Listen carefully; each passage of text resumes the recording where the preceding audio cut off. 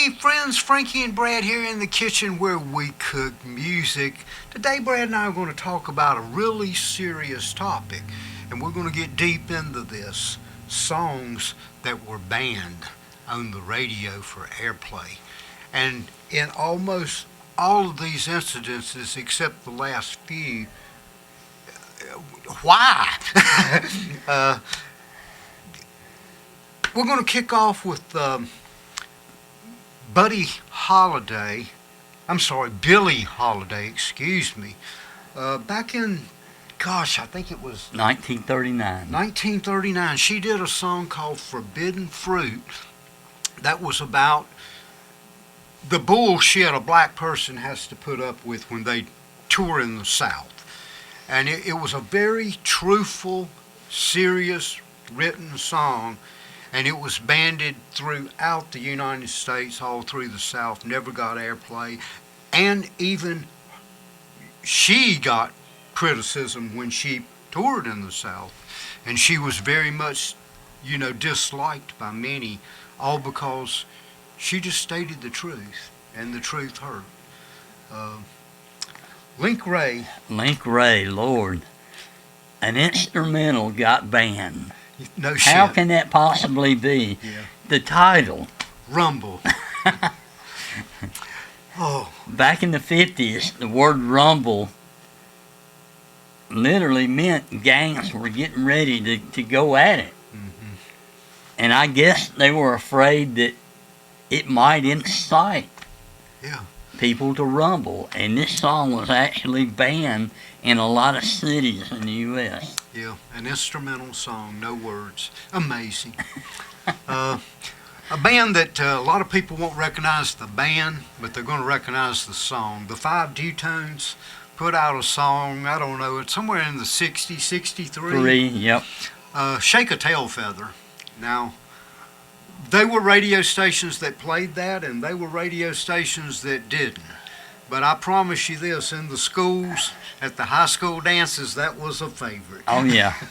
I was 11 years old at the time, and I remember then thinking this song is a little risque, Yeah. and it truly was.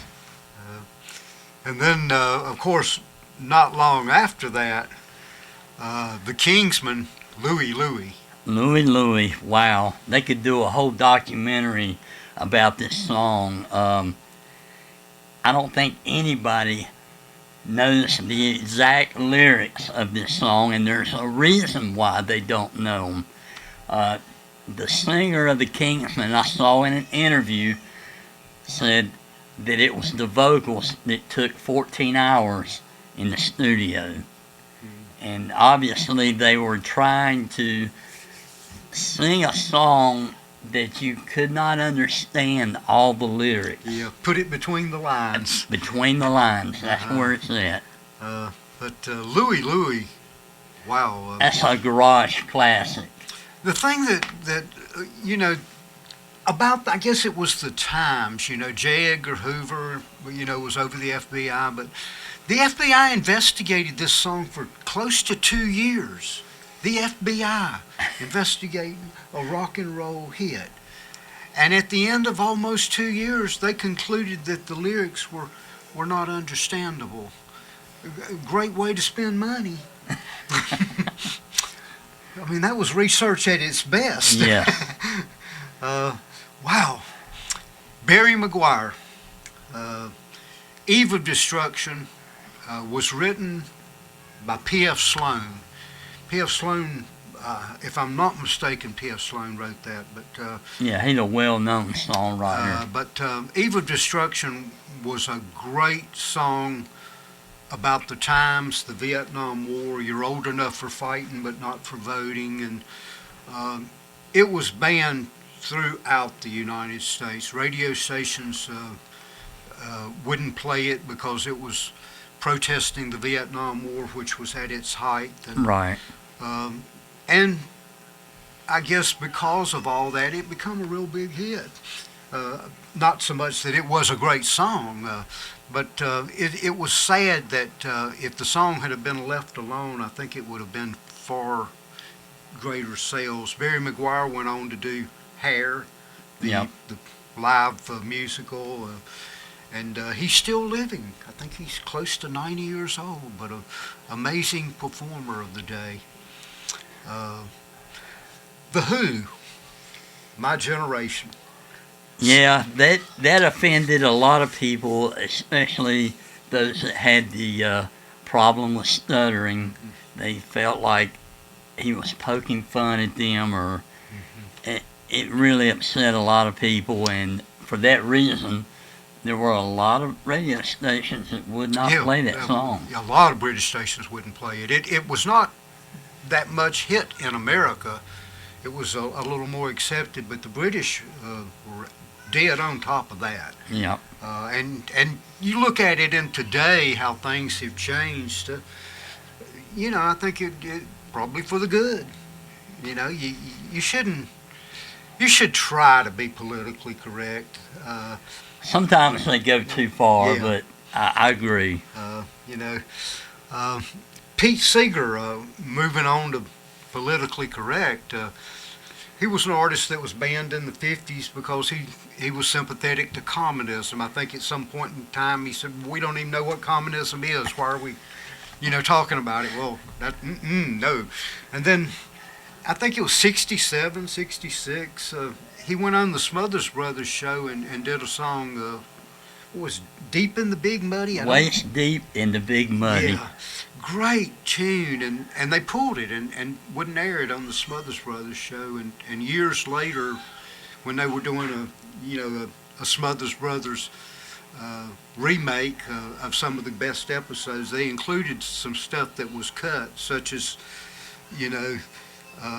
the Big Muddy, and another one was a song that Harry Belafonte did, but I don't remember the name. But it was the times,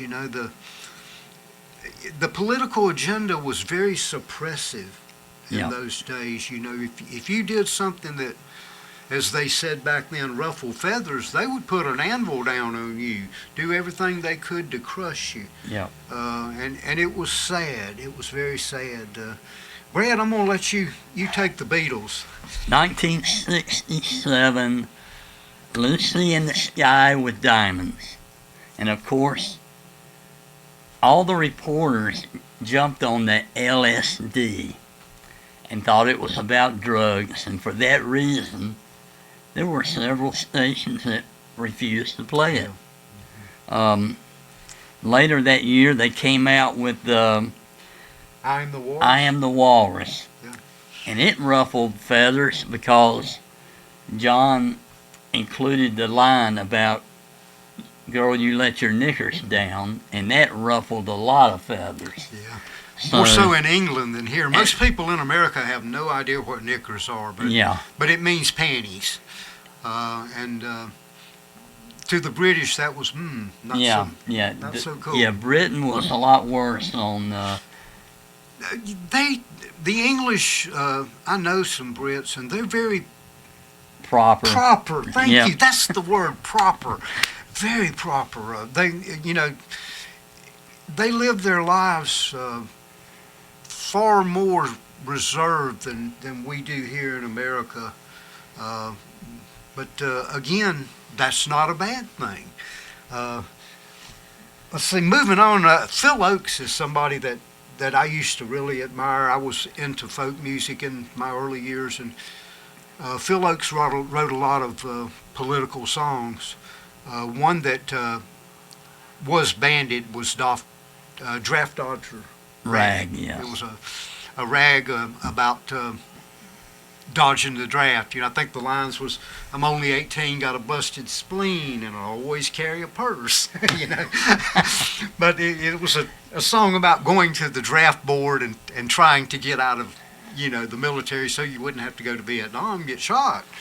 But Phil Oakes did a lot of very impressive songs in the day, and several of his songs were done by other artists, and Draft Dodger Rag was banded by, let's see, I can't remember that band. John Denver actually went through. New Christy Minstrels had a hit with that, and I'm pretty sure it was banned.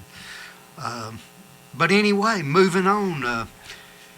In Woodstock, Country Joe and the Fish did a really neat song called "I Feel Like I'm Fixing to Die" rag. You know, it was a ragtime song. And 1, 2, 3, what are you fighting for? You know, and it become a chant for people, you know, in the anti-Vietnam protests. The radio stations would not dare play it, even at late night.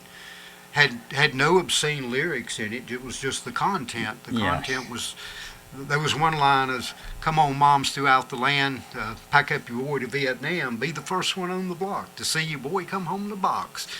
Radio stations couldn't handle that. No, Moms and they could dads not. couldn't handle that, you know. And unfortunately, like we said earlier, the truth sometimes hurts. Take us into Steppenwolf, Brad. Steppenwolf, their first album, Born to Be Wild, everybody knows that. They also had a song called The Pusher, written by Hoyt Axton, Axton. country legend, Yes. who also wrote Joy to the World. Mhm. Now, Hoyt Axton wrote this song, and Steppenwolf played it, and the only thing wrong with it, they used the word GD way too many times, and that's why it got banned. Now, the funny thing about that is you can listen to Life in the Fast Lane by the Eagles. Up and down the highway, hadn't seen a GD thing, they let it slide. Yeah. Or you hear the Who are you? Who the F are you? They let that slide. Yeah. And then you hear something like Dire Straits, Yeah. Money for Nothing, Mhm. The Little Faggot is a Millionaire, and they bleep it every time. Yeah. So I'm like, what do they consider offensive and what do they not consider Yeah. offensive? Again, you know, the things today, I think obscenity has mellowed a lot from our day. Oh, yeah. You know, when George Carlin was arrested for doing the heavy 7 words you can't say on TV, and he went all the way to the Supreme Court and won. But those times, you couldn't say anything in public without ended up in jail, or they would literally pull your entertainment license, Right. which happened to Lenny Bruce, comedian of the days. I'm gonna move on to Loretta Lynn. Neither of us are country followers, but Loretta Lynn did a song that was banded. And you think about that, Brad. Loretta Lynn is Mama's apple pie now. I mean, you don't get no more American than Loretta Lynn. I mean, she was the queen of country at that time. But she wrote a song about the pill. The pills come out, you know. My old man, he's been messing around with every woman in town, but hey, now that the pill's here, I don't have to worry no more. I can go messing around too. You know? And the radio station, oh, no. Messing around is for men only. You know. But again, you know, the times. The last couple we're going to mention, we're going to just throw out there these are bands that neither of us know a great deal about. We've heard their music, but not so much bought their albums. The Sex Pistols, God Save the Queen, derogatory about the Queen and you know, her wealth and her jewelry and her silver coming out, you know, to let the poor people, you know, just have a glance. And that was not accepted very well in England. And last, the Dead Kennedys, they did a song that's kind of unique. Let's see, Too drunk to drink have. too much to F. Oh, by the title alone, you know Yeah. why it wasn't played. But again, that's just wrapping it up with band songs. Something that we're going to end with is kind of the times. We were baby boomers, and so many things happen in our day that people look back on today and say, that's just hard to believe. It's hard to believe that you could go to a water fountain, and it would have a sign on it, white people only. I go to eat with a friend every Sunday in a small town, and that small town has two graveyards side by side. One is for white people and one was for black people. And that's the kind of era we grew up in, and the kinds of crude censorship that existed in music and just in life. And we still have a lot of that today. It's not as bad as it once was, but we've got our work to do, and it's something to think about out there. But again, hey, as always, we really appreciate your time. Anything to add, Brad? No, I think one song we left off maybe was the Kinks, Lola. You are exactly right. Lola. Wow. The Lola was banded for the lyrics of, obviously, it was involving a guy meeting a transvestite that was very attractive. And he wrote the song about the incident, and a lot of radio stations would not play that. Yeah. And the Kinks were pretty big at the time. Yeah, that was probably one of their biggest hits. Mm-hmm. Yeah, that's true. It's actually a really good song. It is, and today it's played throughout. And if you don't, and that's another thing, Brad, in our day, I have to mention this, people listen to words.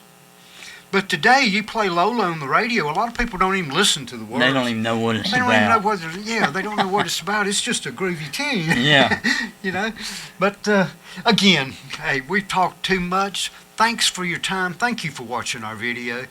Please subscribe, give us a thumbs up, and as always, have a great day.